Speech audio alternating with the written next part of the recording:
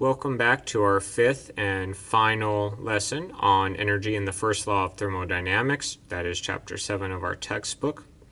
I wish to remind you where we've been. We have previously looked at solving for enthalpy using bond energy. So bond energy of the reactants plus the sum of the bond energy of the products.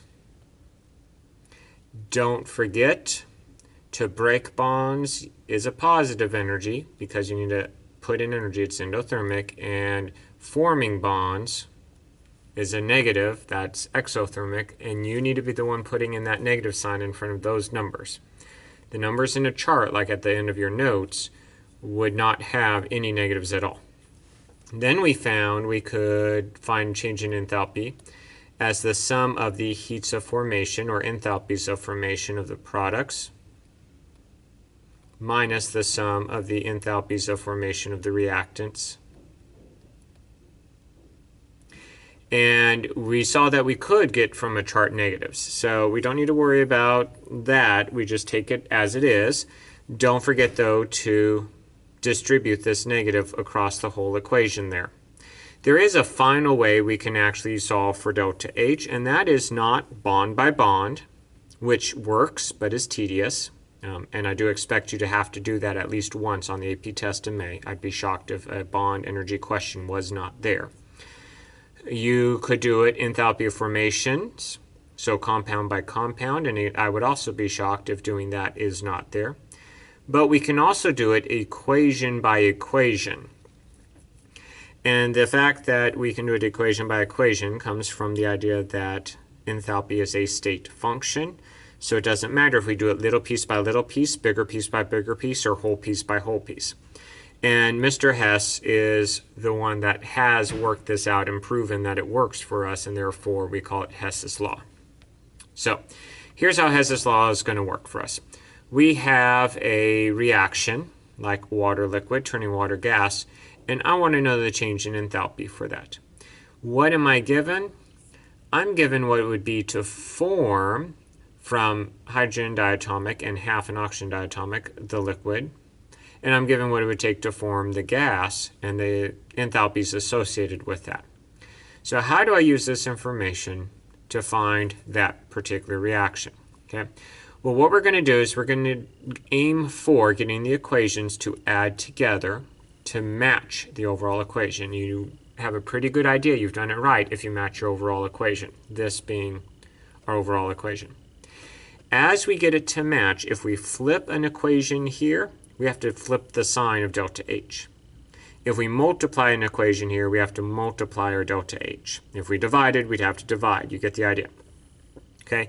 Then we add everything up, canceling the like terms, and hopefully we find our overall equation and just add up the enthalpies.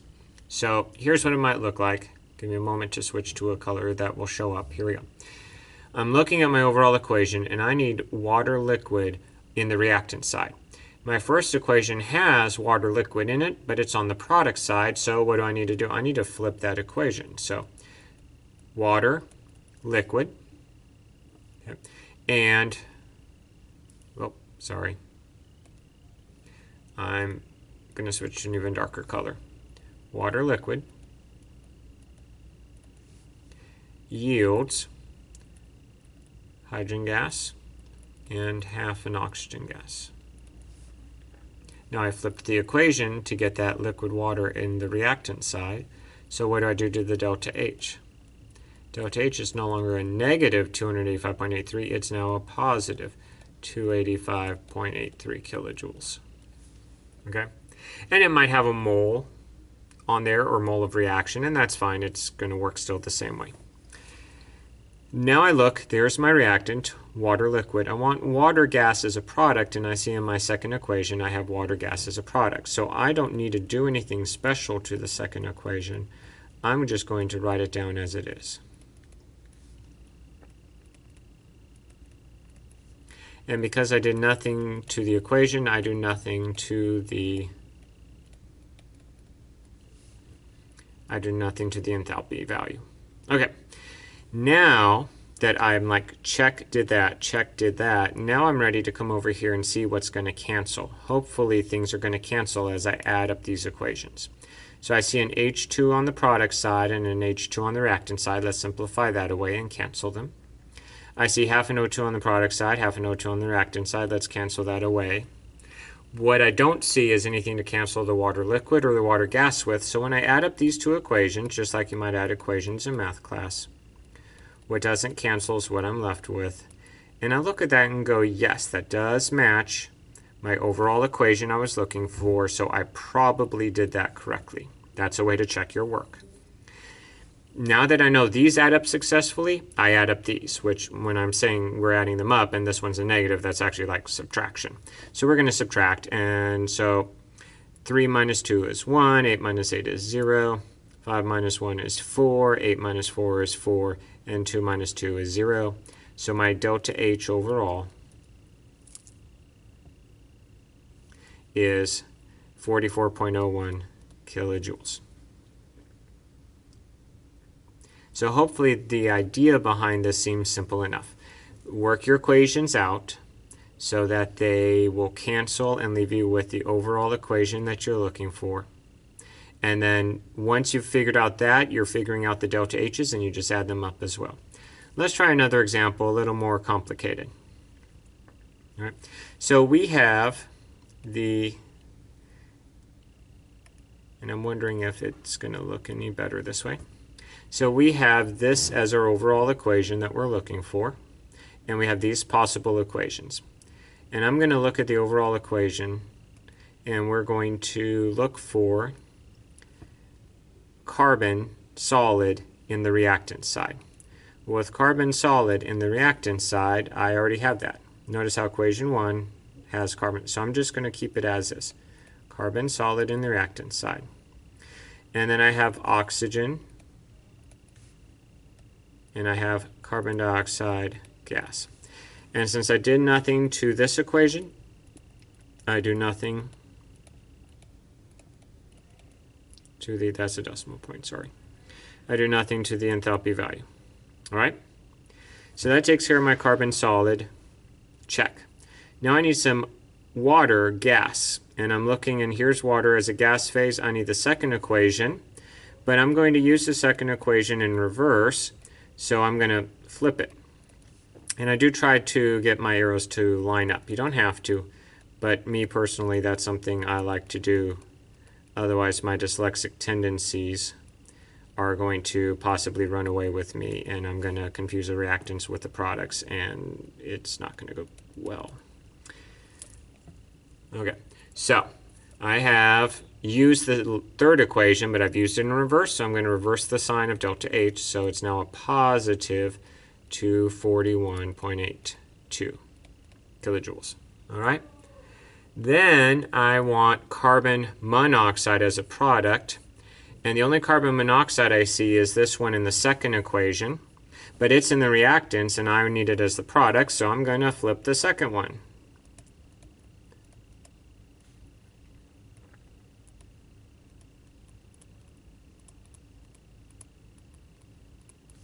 Okay. And now that I flipped it, I again need to flip the sign.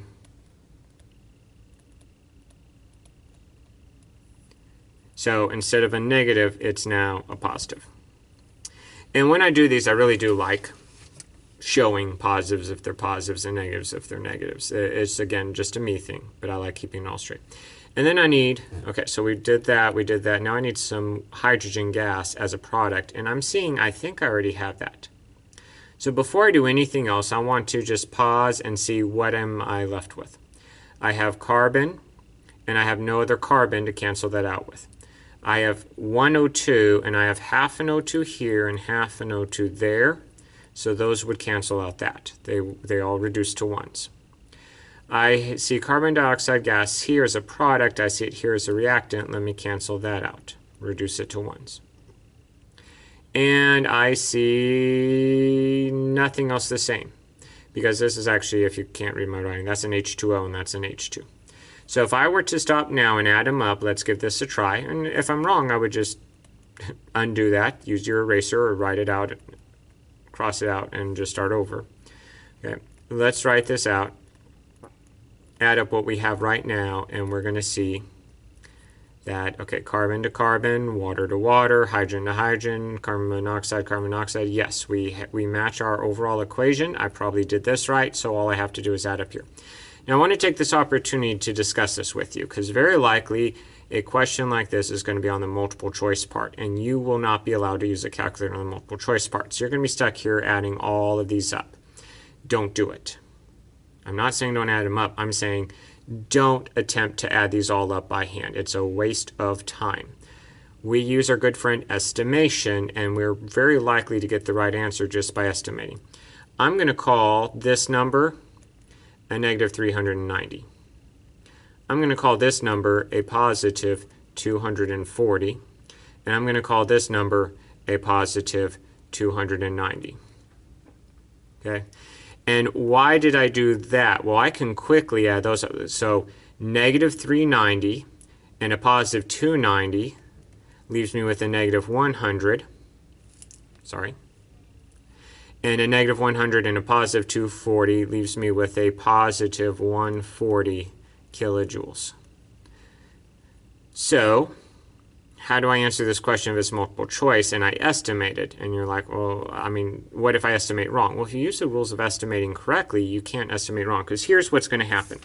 They might actually have the real number for you, but it would be in a list such as this. Like A would be 117 kilojoules, and B would be 131 kilojoules, and C would be 173 kilojoules, and D would be, and you get the idea, okay? The idea would be your estimate may not match what they have. In fact, if you do calculate it, when I calculated, I got 131. But your estimate, I mean, look at how close my estimate is. And is there any other number in this list that would even be closer than that? Absolutely not. I would choose B. I would bubble that. I would move on. Saves you time not doing all of this by hand to use some quick estimation. Now, certainly, if the answers were, 130, 131, 132, you wouldn't be able to estimate, but you know what? They would not do that to you. I'm promising you. They know you do not get a calculator and you will be employing estimation to do mental math. So please use estimation and employ mental math. And you will then be like, oh, well, I think my answer is about 140. Oh, look, that's the closest value to my 140. I'm going to bubble that. I'm going to move on. Because it is a time test, time is of the essence, and they do expect you to do math on the multiple choice. Not hard math, it's estimation math. And there's other little mathematical tricks I will be teaching you all year long, but they expect it, so be prepared to do it. This should not be difficult to do in your head like I just showed you. Okay. So I'm going to get off my soapbox now, and we're going to look at another example. Okay, so in this example, I'm looking for this overall equation. Here's the ones I'm given to work with. What I want you to do is pause the video here, and I want you to work it all out fully as you can, to the best of your ability, and then come back once you have worked it all out. Okay, so seriously, pause the video now, and go work it out. Don't make me get upset with you. Pause the video and go work it out. Don't be lazy. This is for your benefit that you work it ahead of time. Okay, so welcome back. I hope you did pause it. If not, it doesn't matter. I'm not going to tell you the answer. But let's talk about what we would have to do to get to the right answer. Okay? To get to the right answer with equation 1, I do nothing to equation 1. So my delta H, because I did nothing to equation 1 in my work, remains the same. As I worked it out, I found I had to flip equation 2.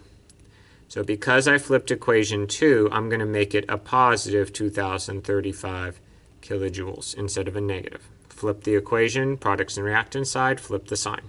What was endothermic is now exothermic, and that makes sense. If you take an endothermic equation and flip it, now it's exothermic, or exothermic and flip it, it's endothermic. So flipping the equation flips the sign, heat in or heat out. For the third equation, as I was working, I found I had to multiply it by 3. Well, if I have to multiply the equation by 3, I'm going to multiply the number by 3. I didn't flip the equation, so I don't need to flip the number. I'm just going to multiply it by 3. And then the fourth equation I found I needed, and again I needed to multiply by 3 by sheer coincidence.